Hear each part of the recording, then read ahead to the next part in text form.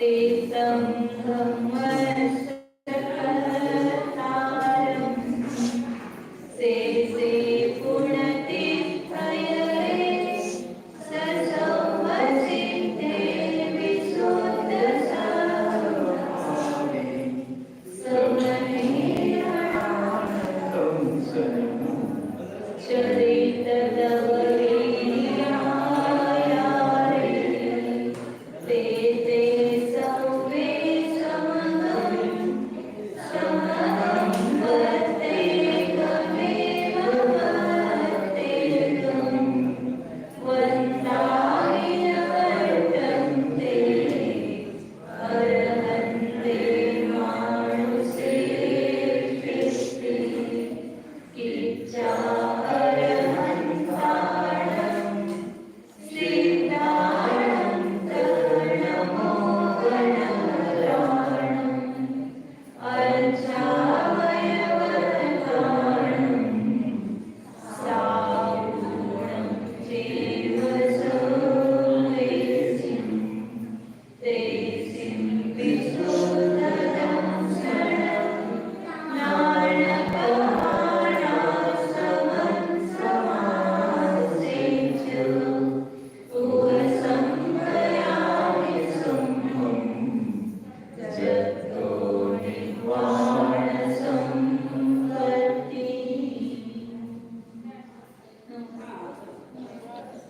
जय बोलो कलिकाल सर्वज्ञाचार्य कुंद देव की जय अध्यात्मूर्ति अमृतचंद्र आचार्य देव की जय परम पूज्य जयसेन आचार्य देव की जय चार चक्रवर्ती समाज सम्राट आचार्य शांति सागर जी महाराज की जय बोलो परम पूज्य जय बोलो प्रातस्मरणीय गुरुदेव समंत भद्रमणि महाराज की जय बोलो परम पूज्य आचार्य परीक्षा सुंदर सागर जी महाराज की जय बोलो परम पूज्य मम दीक्षा गुरु वात्सल्य सिंधु सुरेश सागर जी महाराज की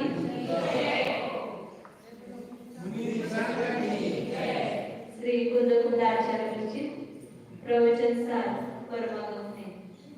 इसमें तीसरा अधिकार चल रहा है।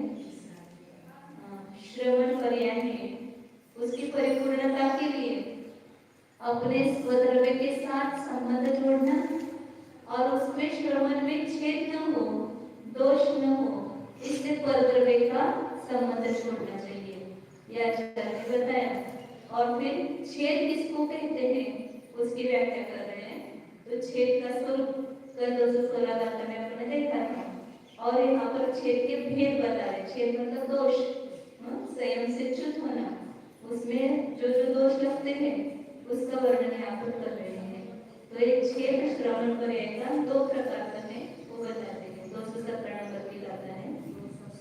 अर्थ अंतरंग बहिरंगत्वेन छेदस्य द्वैविध्यम उपदिशति। अब अंतरंग बहिरंग रूप से छेद का द्विविधपना, दोपना यहाँ पर बताते हैं।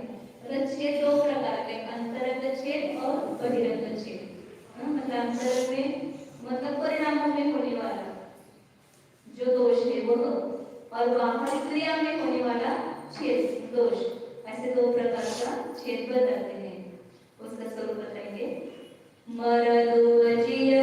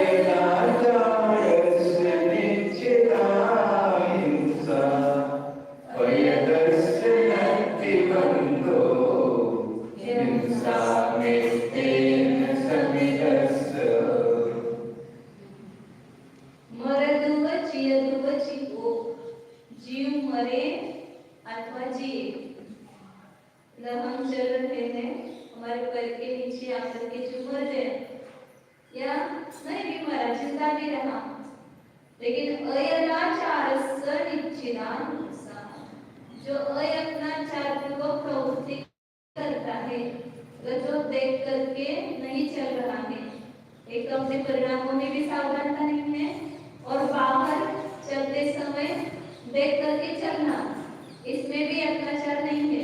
अयत्नाचार पूर्वक से इधर उधर देखते हुए जा रहा है, गमन कर रहा है, और तो उसको क्या होता है, जीव नहीं मरा तो भी हिंसा है, जीव मरा तो हिंसा है ही, लेकिन जीव नहीं भी मरा, जिंदा रहा, तब भी वह हिंसा ही है, क्योंकि हिंसा कहाँ हुई है, वो अयत्नाचार पूर्वक चल रहा है, मतलब प्रमादी आचरण है, ये प्रमाद भी बहुत बड़ा दोष है। और उसके अंदर प्रमाद तो फिर क्यों हुआ, क्योंकि अंदर अपने परिणामों की तरफ ध्यान नहीं है, ख्याल नहीं है, तो इसलिए उसके बाहर में भी अयत्नाचार प्रवृत्ति हुई। कभी कभी लोग होते हैं ना, चलते हैं और कोई देखता है दूसरा, कोई जीव आया है, नहीं जीव नहीं मरा, जीव नहीं मरा, लेकिन तुम देख करके नहीं चल रहे हो, तो हिंसा हो ही गई। भले जीव नहीं मरा, जीव का रक्षण हुआ, उसका आयु कर्म था तो जीव का, इसलिए वो बच गया। सब अपने अपने आयु कर्म से जिंदा रहते हैं, आयु कर्म खत्म होने पर मरते हैं, लेकिन हिंसा का दोष हमें कब लगता है कि जब हम अत्याचार प्रवृत्ति नहीं करते हैं, अंतरंग में परिणामों में अशुद्धता है, बाहर में भी अत्याचार प्रवृत्ति नहीं है, तो वहां पर जीव नहीं मरने पर भी दोष है। त्याग नहीं करते ये भी दोष है। लोग कहते हैं हम खाते नहीं, रात में नहीं खाते हैं, लेकिन त्याग नहीं करते, तो आपको रात्रि भोजन का निरंतर पाप बंध हो रहा है। आपने त्याग नहीं किया, भले रात्रि भोजन नहीं किया, लेकिन रात्रि भोजन से आपने व्रत नहीं किया, निवृत्ति नहीं की, तो उसका खाने का दोष लग रहा है, बिना खाए। इसलिए कोई भी करो तो व्रत पूर्वक करो, तो नियम पूर्वक करो। त्याग किया तो सच्चा व्रत, और त्याग नहीं किया तो सच्चा व्रत नहीं। भले हम नहीं, हमको तो अच्छा नहीं लगता है प्याज खाना, इसलिए हम नहीं खाते, लेकिन वहां पर आपको प्याज खाने का दोष लग रहा है, क्योंकि आपने त्याग नहीं किया। कोई भी आप ऐसे मन से पालन करना और उसका नियम लेकर के पालन करना, इसमें दो में बहुत बड़ा अंतर है। नियम लिया तो वहां पर उससे निवृत्ति हो गई आपकी, असंयम का त्याग हो गया, और नियम नहीं दे रहे तो वह असंयम का त्याग नहीं है।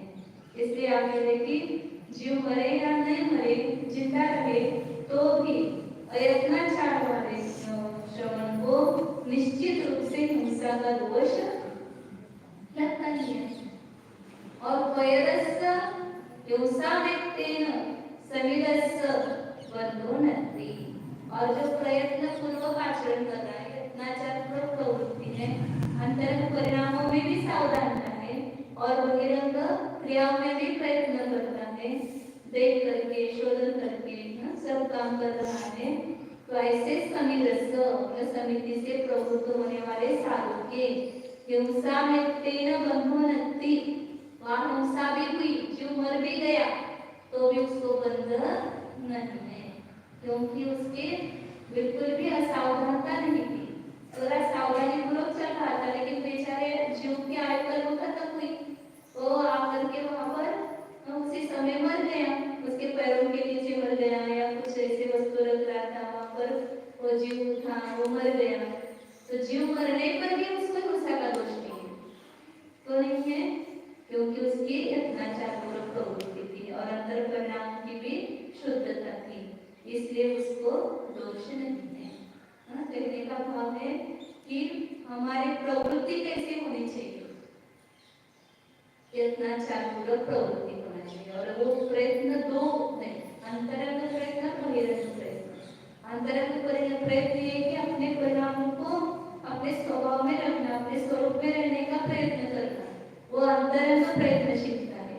और जब भी बाहर आएंगे तो जो भी क्रिया होगी वो भी यत्नाचार पूर्वक करना, नहीं तो क्या दोष परिणाम का ही लगता है, तो परिणाम को अच्छा रखेंगे, लेकिन क्रिया कैसे भी करेंगे, और ऐसा होता नहीं वास्तव में। जिसके परिणाम अंतर में अच्छे हैं, उसकी बाहर की क्रिया भी प्रयत्नशील प्रयत्नाचार करो कि वो प्रमाद पूर्वक आचरण नहीं करेगा।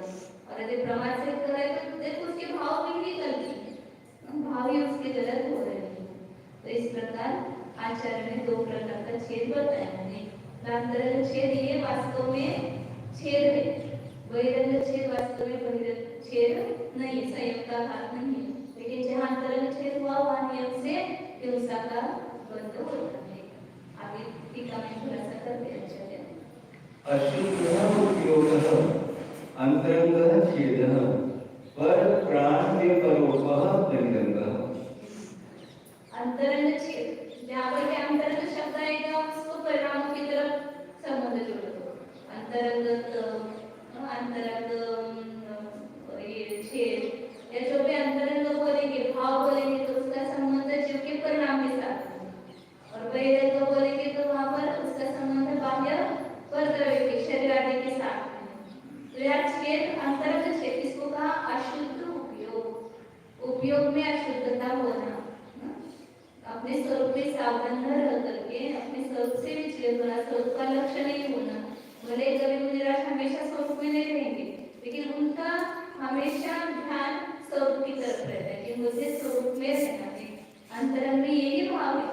जब स्वरूप में स्थिरता नहीं रह पाती है तो इसलिए बाहर में ये सब स्वाध्याय, प्रतिक्रमण, स्तुति आदि क्रिया होती है।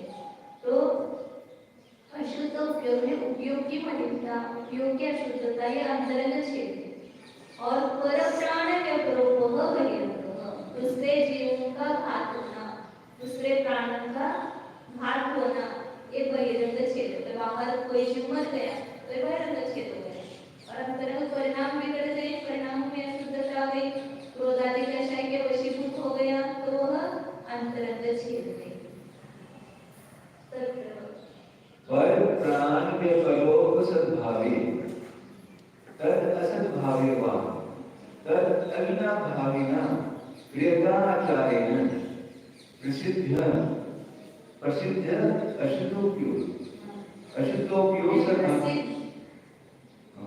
ये शुरू है सर, प्रसिद्ध चाहिए, शुद्धोपयोग सद्भाव, प्रसिद्ध शुद्धोपयोग सद्भावस्य सुनिश्चित हिंसा भाव प्रसिद्धि तथा तद विना भाविना प्रियताचारेण प्रसिद्ध्यत् अशुद्धोपयोग असद्भाव परस्य पर प्राण के परोप सद्भावे अपि बंधक सिद्धया सुनिश्चित हिंसा अभाव प्रसिद्धे च अंतरंगः एव छेदो बलियान न पुनः बहिरंगः। एकदम पूरा छेद वापर, प्रसिद्ध अशुद्ध उपयोगी छेद, प्रसिद्ध अशुद्ध उपयोग सद्भाव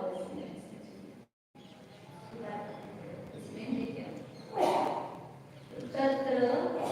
अब यहाँ पर बताए दो प्रकार के छेद बताए, कौन सा, एक अंतरंग और एक बहिरंग। अंतरंग छेद कहाँ पर होता है, परिणामों में अशुद्धता है। और दूसरा बहिरंग छेद क्या बताया, दूसरे जीवों का घात। अब इसमें कौन सा श्रेष्ठ है छेद, श्रेष्ठ है मतलब इसका फल मिलता है, बंध किससे होता है, ये यहाँ पर बता रहे हैं कि जो अंतरंग छेद है वही वास्तव में श्रेष्ठ है, बलवान है। जहाँ अंतरंग छेद हुआ वहाँ पर नियम से बंध होता है। जहाँ परिणामों में अशुद्धता हुई, बाहर जीव की हिंसा हो या न हो, लेकिन अंतरंग परिणामों में विचलितता हो गई, अशुद्धता आ गई, वहाँ पर बंध नियम से होता है। बताए कि तत्र पर प्राण व्यपरोप सद्भावे तद असद्भावे वा, दूसरे जीव का घात हुआ अथवा नहीं हुआ, तद अविनाभाविना अप्रयत आचरेण, उसके अविनाभावी ऐसा बोल, अप्रयत आचरण मतलब प्रयत्न पूर्वक आचरण नहीं करना, देख करके शोध करके नहीं चलना, या अंतरंग में अपने परिणामों में सावधानता न रखना। इसलिए आचरण हिंसा की परिभाषा भी क्या, प्रमत्त योगा प्राण व्यप्रोपणम हिंसा, इसको हिंसा कहते हैं। खाली प्राण व्यप्रोपणम हिंसा की व्याख्या नहीं की, प्रमत्त योग, प्रमत्त योग पूर्वक पर प्राणों का घात हुआ तो हिंसा है, और इस जीव का प्रमत्त योग नहीं है, वो देह छोड़ छोड़ करके चल रहा है, प्रयत्नशील आचरण कर रहा है, प्रमादी जीवन नहीं है, तो उसके प्रण प्राण का घात हिंसा फैलाती नहीं है। इसलिए तत्वार सूत्र में जितना छोटा संक्षिप्त सूत्र रहता है उसमें इतना अर्थ के चलते, इतना परिभाषा के तो चलते कि पर प्राण घात हिंसा प्राण हिंसा, लेकिन इतने उसके पीछे उन्होंने इतना शब्द और जोड़ दिया, प्रमत्त योगा, प्रमत्त योग से मतलब प्रमाण पूर्वक आचरण करने से जो दूसरे जीवों का घात हुआ वो है हिंसा है।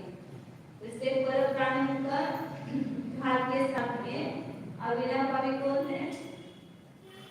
तर अविनाभाविना अप्रयत आचरेण प्रसिद्ध अशुद्ध द तुमचे प्रसिद्ध आणि द पूर्ण दुसऱ्या ओळीमध्ये, तिसऱ्या ओळीमध्ये आहे, दुसऱ्या ओळीमध्ये अशुद्ध उपयोगस्य, अशुद्ध उपयोग सद्भावस्य,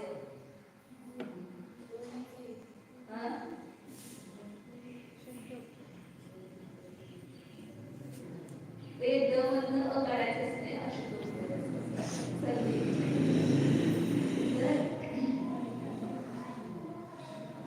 अप्रयत आचरण के साथ इसका अविनाभाव संबंध है। आप प्रयत्नशील नहीं है, एक इसका जो तर्क है कि आपके अंतरण में अशुद्ध उपयोग का सद्भाव है, इसलिए वहां पर आपका अप्रयत आचरण हो रहा है। तो अप्रयत आचरण के साथ जिसका अविनाभाव है, ऐसे उससे प्रसिद्ध होने वाले अशुद्ध उपयोग के सद्भाव का सुनिश्चित हिंसा भाव प्रसिद्ध है। निश्चित रूप से हिंसा भाव की प्रसिद्धि होने से जहाँ अंतरंग हिंसा है वहां पर हिंसा फैली, मतलब फल किसका मिलता है ना? अप्रादुर्भाव खलु रागादीना भवति हिंसेति तेषामेव उत्पत्ति हिंसेति जिनागुणस्य संक्षेपः। अमृतचंद्राचार्य ने पुरुषार्थ उपाय नाम का ग्रंथ लिखा है, बहुत अच्छा द्रव्यान्यों का चरण है, इन दोनों का सुमेल करके लिखा हुआ श्रावकाचार्य का ग्रंथ है। अमृतचंद्राचार्य का ग्रंथ है और उसमें अध्यात्म का छापना हो ऐसा हो नहीं सकता है, तो उन्होंने वह अध्यात्म के साथ चरणों को जोड़ करके लिखा। उन्होंने लिखा कि हिंसा किसको कहते हैं? राग द्वेष भाव की उत्पत्ति होना यही हिंसा है, और राग द्वेष भाव की उत्पत्ति न होना यही है हिंसा। हम घात केवल किसका देखते हैं? बाहर जीव नहीं मरा, लेकिन अंदर का जीव मर रहा है, वो दिखाई दे रहा है क्या? अंदर है कि नहीं जीव, ये भी पता नहीं है कितना घात कर रहे हैं जीव का। मैं जीव हूँ ये हमें पता ही नहीं है, तो किसकी हिंसा है? अपने स्वयं की हिंसा है, क्योंकि इतना ये सब कुछ जान रहा है, देख रहा है, जो आपको सुख का अनुभव करा रहा है, ऐसे वस्तु भीतर होने पर भी उसका व्यवहार नहीं होता है, तो उस जीव का हम कितना घात कर रहे हैं। और ये घात ही बस सबसे बड़ा घात है, सबसे बड़ी हिंसा है, और उसके कारण से ही जितने भी पाप हो गए, मिथ्यात्व के वश होकर ही जीव घोर पाप करता है। वे मिथ्यात्व है, अपने जीव का ज्ञान न होना, अपने स्वरूप में सावधानता न होना। तो वास्तव में जहाँ पर ऐसा अशुद्ध उपयोग है वहाँ नियम से हिंसा भाव की प्रसिद्धि होने से और तथा तद बिना भाविना प्रयत आचरण, और उसके बिना होने वाला जो प्रयत आचरण है, यत्न पूर्वक आचरण है, वो अविनाभाव किसके साथ में है? उससे क्या प्रसिद्धि होती है? आप प्रयत्न पूर्वक आचरण कर रहे हैं, उससे अशुद्धोपयोग का असर भाव की प्रसिद्धि होती है। अशुद्धोपयोग नहीं है, आपका जो अंतरंग में अपने आत्मस्वरूप में सावधान रहता है, वो बाहर की क्रियाओं में सावधान रहता है। तो अंतरंग के शुद्धोपयोग का वो द्योतक है, अशुद्धोपयोग के असर भाव को प्रसिद्ध कर रहा है। आपने अशुद्धोपयोग नहीं है, ये प्रयत्न आचरण के द्वारा प्रसिद्ध हो रहा है। तो वहां पर उस जीव के प्राण में पूर्व सद्भाव व्यापी, भले वो देख करके चल रहा है, प्रयत्न पूर्वक आचरण कर रहा है, अंतरंग में भी उसके परिणामों में अशुद्धता नहीं है, और बाहर किसी जीव का घात हुआ तो भी ऐसा सड़वा होने पर भी बंध अप्रसिद्ध, उसको बंध नहीं हो रहा है। वो कर्म को कैसे पता चला? ऐसा कर्म का जीव के परिणामों का निमित्त निमित्त संबंध है। ऐसा परिणाम होने पर ऐसे कर्म का बंधन होगा ही। वहां पर उसको बिना ज्ञान के भी, कंप्यूटर को कोई ज्ञान नहीं है, बटन दाब दे तो अपने आप सब होता है कि नहीं वहां पर। ऐसा कर्म का भी बड़ा कंप्यूटर है। आप जैसे परिणाम करेंगे ना, तुरंत वहां पर फेरबदल होगा उस कर्म में। अच्छे परिणाम करेंगे, आप पूजा में आकर के बैठे हैं और आपके बहुत सारा कर्म का उदय था अभी, तो वो कर्म भी इस समय आपके विशुद्ध परिणामों के निमित्त से सादा रूप में परिणमित होकर के उदय किया था। और उल्टा जब हम अशुद्ध परिणामों में पाप परिणाम करेंगे तो वहां पुराना पुण्य भी आपका पाप रूप में होकर के उदय में आएगा। तो इसलिए देव द्रव्य क्षेत्र काल भाव का भी प्रभाव उस कर्म के उदय पर पड़ता है। इसलिए ऐसे द्रव्य क्षेत्र काल भाव का आश्रय करो कि जिससे अपने को परिणामों में शुद्धता बनी रहे और वो कर्म का उदय भी मंद हो जाए। ऐसे पिक्चर के टॉकीज में जाकर बैठेंगे या और कहीं पर ऐसे हिंसा के लिए अनुमोदना लेने के लिए शरीर तालीम देखना, युद्ध देखना और क्या क्या देखने के लिए हम जाते हैं, तो वहाँ सब हमारी क्या होती है? अनुमोदना होती है, तो उसका भी फल हमें मिलता है ना, परिणाम उसका। तो यहाँ कह रहे कि बंध की प्रसिद्धि नहीं है जिसके परिणामों में शुद्धता है, अशुद्ध उपयोग का असत भाव है। और भले बाहर से प्राण का घात हो रहा है क्योंकि वो जीव का मारने का भाव नहीं था, लेकिन अचानक वो जीव आया और मुनिराजों का पैर टूटा और उस पर गिर गया, तो उस समय उस मुनिराजों को बंध नहीं होता। अरे उन्होंने नहीं देखा है और प्रयत्न पूर्वक चल रहे तो वह निश्चित हिंसा होगी, लेकिन प्रयत्न पूर्वक आचरण करते हुए भी यदि जीव का घात हुआ तो वहां पर नियम से बंध नहीं होता है। बंध अप्रसिद्ध, सुनिश्चित हिंसा अभाव प्रसिद्ध है। वहां पर निश्चित रूप से हिंसा का अभाव प्रसिद्ध होने से तो कौन सा छेद बलवान हो गया? बाहर छेद होते हुए भी बंद नहीं हो रहा है और यहाँ पर अंदर छेद होने पर भी बंद नहीं हो रहा है, और वहां पर छेद नहीं हुआ तो भी बंद हो रहा है। कहाँ पर? जहाँ पर अंतरंग परिणामों में अशुद्धता है। तो अंतरंग जो परिणामों की अशुद्धता, मलिनता, ये वास्तव में छेद है। वहां परिणाम बिगड़ गए कि आपका बंधन हुआ ऐसा समझना, और जहाँ पर परिणाम प्रयत्न रूप में प्रयत्नशील है अपने स्वरूप में और क्रिया भी प्रयत्न स्वरूप है, तो वहां पर जीव का घात होने पर भी बंध नहीं होता। इसलिए बाहर के जीव का घात हुआ या न हुआ इससे हमारा बंध निर्भर नहीं है। इसलिए अंतरंग एवं छेद बलिया, अंतरंग छेद ही बलवान है, कोई फल देता है हमें। इसलिए हमेशा परिणामों में सावधानता, या पूजा में भी बैठे बहुत अच्छा द्रव्य लेकर के आए और हमारे परिणाम खराब है तो किसका फल मिलेगा? उस द्रव्य का फल मिलेगा क्या परिणाम का फल मिलेगा? लोगों को दिखाना रहता है हम इतना बढ़िया बढ़िया द्रव्य लेकर के आए हैं, ऐसे हमारे अंदर में भावना है। और परिणाम कहा कौन भगवान किसकी पूजा कर रहे हैं कुछ भी पता नहीं, अब दिमाग में सब घर का काम चल रहा है, घर में क्या हुआ होगा, कोई बच्चा उठा होगा, स्नान कर रहा होगा, खाया कि नहीं, क्या क्या करता, किसका फल मिलेगा आपको? पूजा का फल मिलेगा, तो उस परिणाम का फल मिलेगा। जैसा परिणाम करते हैं वैसा ही हमें फल मिलता है। इसलिए क्रिया परिणामों के सुधार के लिए, क्रिया के लिए हम नहीं है, हमारे परिणामों के सुधार के लिए क्रिया है। इसलिए वहां पर क्रिया के साथ हमारे परिणाम को जोड़े। क्रिया बंद करो ऐसा नहीं कह रहे, क्रिया कर रहे अच्छी बात है, वो अशुभ क्रिया छोड़ करके आप शुभ क्रिया कर रहे हैं, लेकिन उस शुभ क्रिया के साथ भी शुभ परिणाम करो तो उसका बहुत ज्यादा फल मिलेगा। अभी जो मिल रहा है उससे कई गुना फल मिलेगा। ऐसे मुनिराजों के लिए भी कह रहे आचार्य कि जो भी आप क्रिया कर रहे हैं वो परिणामों की सावधानता रख करके करो, तो आपको वो बंद नहीं होगा, बंद से बचेंगे।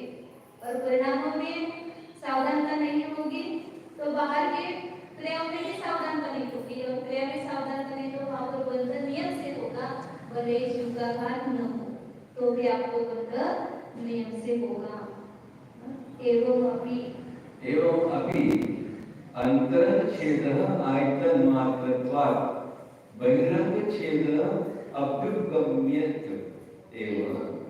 फिर कोई ऐसा इकट्ठा करता है ना कि अंतरच्छेदी बलवान है तो चलो हम परिणाम अच्छे रखते हैं, बाहर कैसे भी क्रिया होने दो, तो उसके लिए सावधान करते हैं। एवं अभी भले अंतरच्छेद बलवान है लेकिन अंतरच्छेद के लिए आयतन मात्र कौन है, बाहर का क्रिया, बाहर की क्रिया उसकी उस अंतरच्छेद का कारण है, इसलिए उसमें भी सावधानता रखनी चाहिए।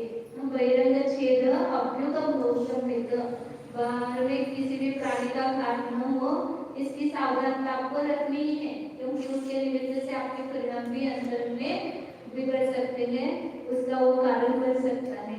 और इसलिए मैंने कहा ना पहले क्रिया किसके लिए है, अपने परिणामों की सुधार के लिए, क्योंकि उस क्रिया के अच्छा द्रव्य लाया बहुत अच्छा है कि उससे परिणामों में शुद्धता आती है। जो भगवान को अपन द्रव्य लाते हैं, आप दूसरे तांडव लेके आओ और आप खंडन दूर लेके आओ, देखो परिणाम कैसे, उसको देखते हुए अपने परिणाम भी शुद्ध होते हैं।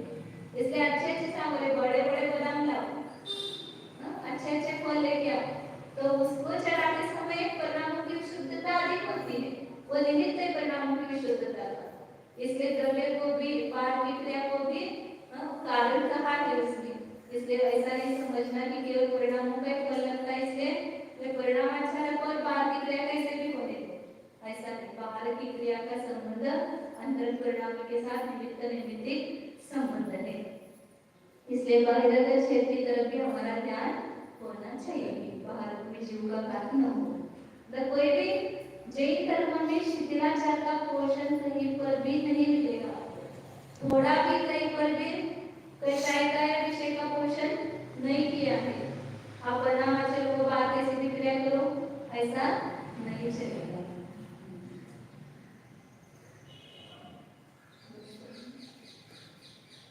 फिर पढ़ेंगे आगे और भी गाथा उसके भी हुई ज्यादा की